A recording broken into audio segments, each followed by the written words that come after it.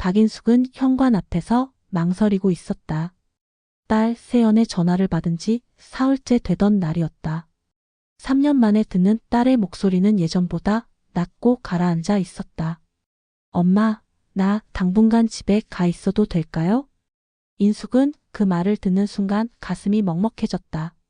반가움인지 서운함인지 알 수 없는 감정이 뒤섞였다. 남편이 세상을 떠난 뒤로 딸은 장례식장에 딱 하루만 머물렀다. 그 뒤로는 명절에도 얼굴 한 번 보이지 않았다. 왜 갑자기? 회사 근처에 집을 구하기가 힘들어요. 엄마 집에 있으면 잠깐 숨 돌릴 수 있을 것 같아서요. 인숙은 더 묻지 않았다.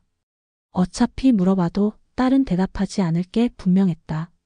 그저 허락했고 세연은 다음날 저녁 캐리어 2개를 끌고 나타났다. 엄마, 오랜만이에요. 세연은 현관에 들어서자마자 인숙을 안았다. 예전에 세연은 절대 하지 않던 행동이었다. 인숙은 어색하게 딸의 등을 토닥였다. 딸의 어깨가 예전보다 훨씬 가늘어져 있었다. 그날 밤 세연은 부엌을 정리하고 냉장고를 채웠다. 인숙이 말리자 오히려 환하게 웃으며 말했다. 엄마 혼자 사시는데 제대로 챙겨 드셔야죠. 인숙은 거실 소파에 앉아 딸의 뒷모습을 바라봤다. 뭔가 달라졌다. 말투도 눈빛도 행동 하나하나가 낯설었다. 마치 다른 사람 같았다. 자정이 넘어 인숙이 화장실에 가려고 복도를 지나가다가 딸의 방문 틈새로 새어 나오는 불빛을 봤다. 노트북 화면이었다. 세연은 이어폰을 끼고 무언가를 집중해서 보고 있었다. 인숙은 무심코 그 화면을 힐끗 보았다. 그리고 그 순간 온몸이 얼어붙었다. 화면 상단 검색창에 이렇게 적혀 있었다. 노인을 조용히 죽이는 가장 효율적인 방법. 인숙은 숨을 죽인 채 뒷걸음질 쳤다. 가슴이 쿵쿵 뛰었다. 뭔가 잘못 본 걸까? 아니면 딸이 무슨 기사를 쓰고 있는 건가? 하지만 세연은 마케터였다. 그런 글을 쓸 이유가 없었다. 인숙은 조용히 자기 방으로 돌아와 문을 잠갔다. 그리고 침대에 앉아 떨리는 손으로 가슴을 눌렀다. 세연의 얼굴이 자꾸 떠올랐다. 그 다정한 미소, 그 부드러운 목소리, 그 아래 숨겨진 무언가가 보이기 시작했다. 아침마다 세연은 인숙에게 차를 끓여주었다. 대추차, 생강차, 국화차. 매번 다른 차였지만 한 가지는 같았다. 마시고 나면 묘하게 몸이 무거워졌다. 엄마, 요즘 얼굴이 안 좋아 보여요. 세연은 걱정스러운 표정으로 인숙의 손을 잡았다. 그 손길이 차가웠다. 일주일쯤 지났을 때 인숙은 가슴이 답답하고 숨쉬기가 힘들어졌다. 잠도 제대로 오지 않았다. 새벽 3시가 되어야 겨우 눈이 감겼다. 그러면 세연이 방문을 살짝 열고 들여다보는 소리가 들렸다. 아니, 들리는 것 같았다. 엄마, 병원 가보셔야겠어요. 세연은 내과 예약을 해주었다. 친절하고 세심했다. 인숙은 약통을 확인했다. 평소 먹던 혈압약 옆에 낯선 약이 하나 더 있었다. 하얀색 작은 알약이었다. 이거, 내가 먹던 약 맞니? 네, 엄마. 지난주에 약국에서 받아온 거예요. 인숙은 더 묻지 않았다. 대신 그날부터 약을 먹는 척하고 휴지에 싸서 서랍 깊숙이 숨겼다. 며칠 뒤 인숙은 그 약을 비닐봉지에 담아 동네 약국에 갔다. 약사는 약을 보더니 미간을 찌푸렸다. 어르신, 이거 누가 드리게요? 이건 정신안정제인데 심장박동을 느리게 하는 성분이 들어있어요. 고령자한테는 위험할 수 있어요. 인숙은 아무 말도 하지 못했다. 손이 떨렸다. 약봉지를 꼭 쥐고 집으로 돌아왔다. 그날 저녁 세연은 저녁 식사를 차려놓고 웃으며 말했다. 엄마, 오늘 제가 엄마 좋아하시는 갈비찜 만들었어요. 인숙은 식탁 앞에 앉아 딸을 바라봤다. 세연은 여전히 미소 짓고 있었다. 하지만 그 눈은 웃지 않았다. 세연아. 네, 엄마. 너, 엄마한테 왜 이러니? 세연의 손이 잠시 멈칫했다. 그리고 이내 태연하게 밥그릇을 밀어주었다. 무슨 말씀이세요? 엄마 건강 챙기는 게 당연하잖아요. 인숙은 더 이상 묻지 않았다. 그저 결심했다. 딸이 무엇을 원하는지 끝까지 지켜보겠다고. 그리고 살아남겠다고. 세연이 출근한 오후였다. 인숙은 딸의 방문 앞에 한참을 서 있었다. 손잡이가 차갑게 느껴졌다. 문을 열자 깔끔하게 정돈된 방이 보였다. 너무 깔끔했다. 마치 언제든 떠날 준비가 되어 있는 것처럼. 인숙은 책상 서랍을 열었다. 노트, 펜, 립스틱. 평범한 물건들이었다. 그런데 맨 아래 서랍에서 갈색 서류 봉투가 나왔다. 두툼했다.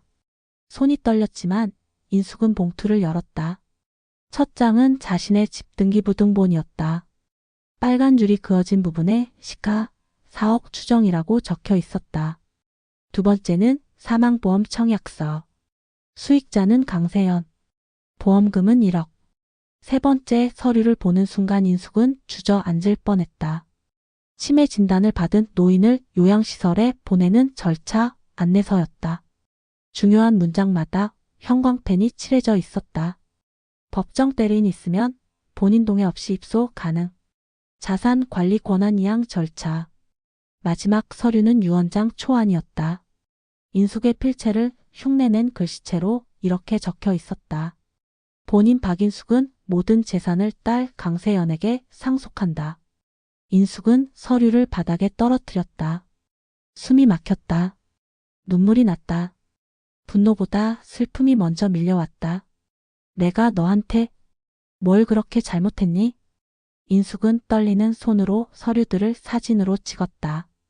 그리고 노트북을 켰다. 검색 기록이 그대로 남아 있었다. 유언장 위조 처벌, 노인 낙상사고 사망률, 수면제 과다 복용 증상. 인숙은 모든 것을 USB에 복사했다. 그리고 전화를 걸었다.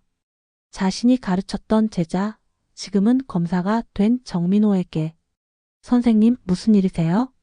인숙은 잠시 말을 잇지 못했다. 목이 메었다. 민호야.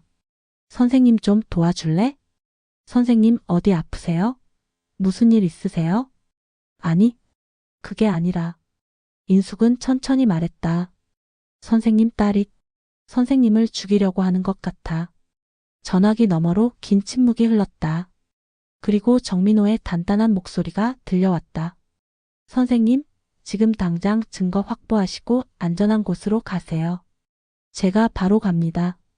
인숙은 전화를 끊고 창밖을 바라봤다. 저 멀리 세연이 걸어오고 있었다. 손에 쇼핑백을 들고. 그날 저녁 세연은 고급 와인을 들고 왔다. 빨간 리본이 달린 선물 상자처럼 포장되어 있었다. 엄마, 오늘은 특별한 날이에요. 무슨 날인데? 그냥 엄마랑 함께 있을 수 있어서요. 세연은 식탁을 정성스럽게 차렸다. 스테이크, 샐러드, 감자 수프.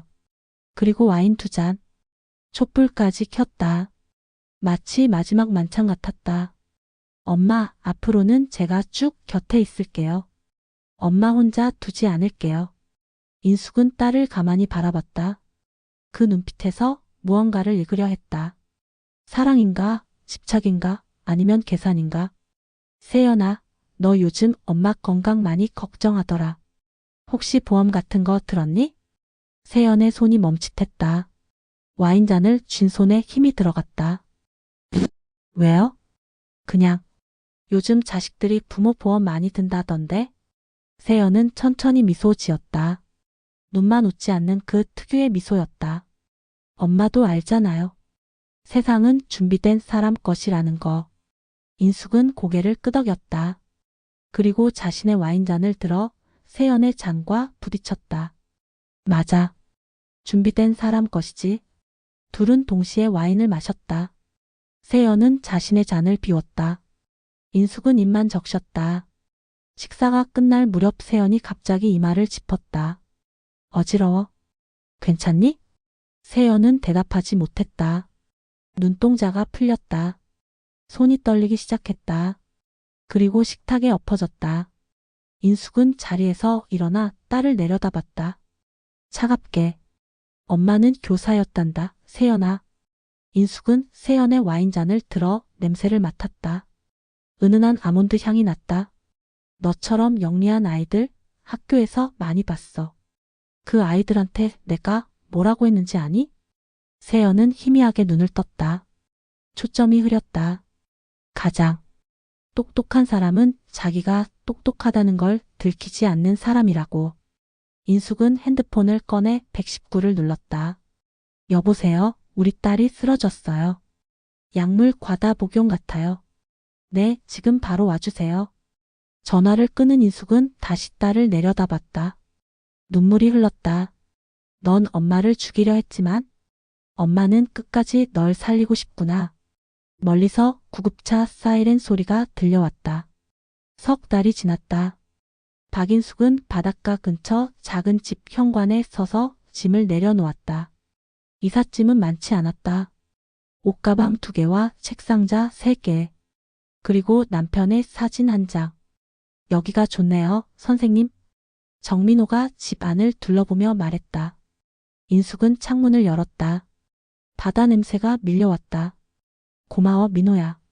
내가 아니었으면 어쩔 뻔했니? 세연은 지금 정신과 병동에 입원해 있었다. 약물 과다 복용 후 심각한 우울증과 망상 증세를 보였다. 경찰 조사에서 모든 계획이 드러났다.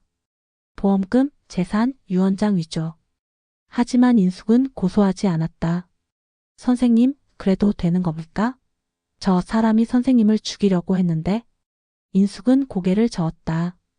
저 아이는 나를 죽이려 했지만 나는 저 아이를 살리고 싶어. 잘못된 아이가 아니라 망가진 어른이었으니까.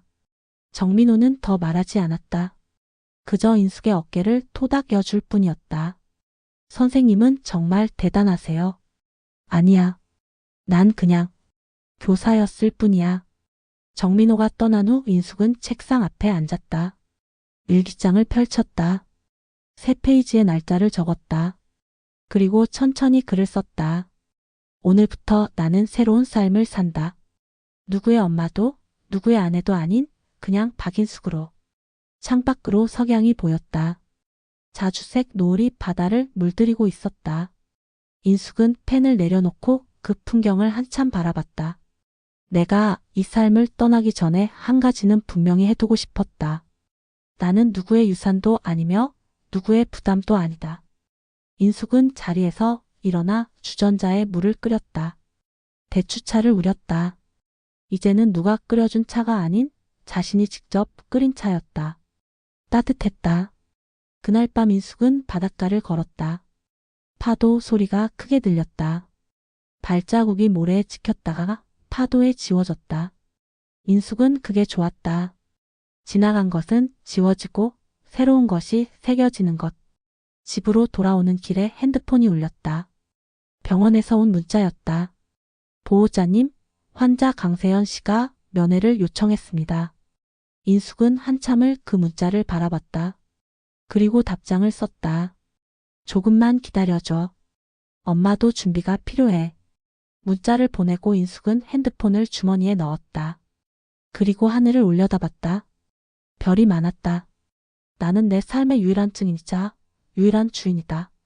인숙은 천천히 집으로 걸어갔다. 현관불을 켰다. 작지만 따뜻한 빛이었다. 이제 이곳이 그녀의 집이었다. 그녀만의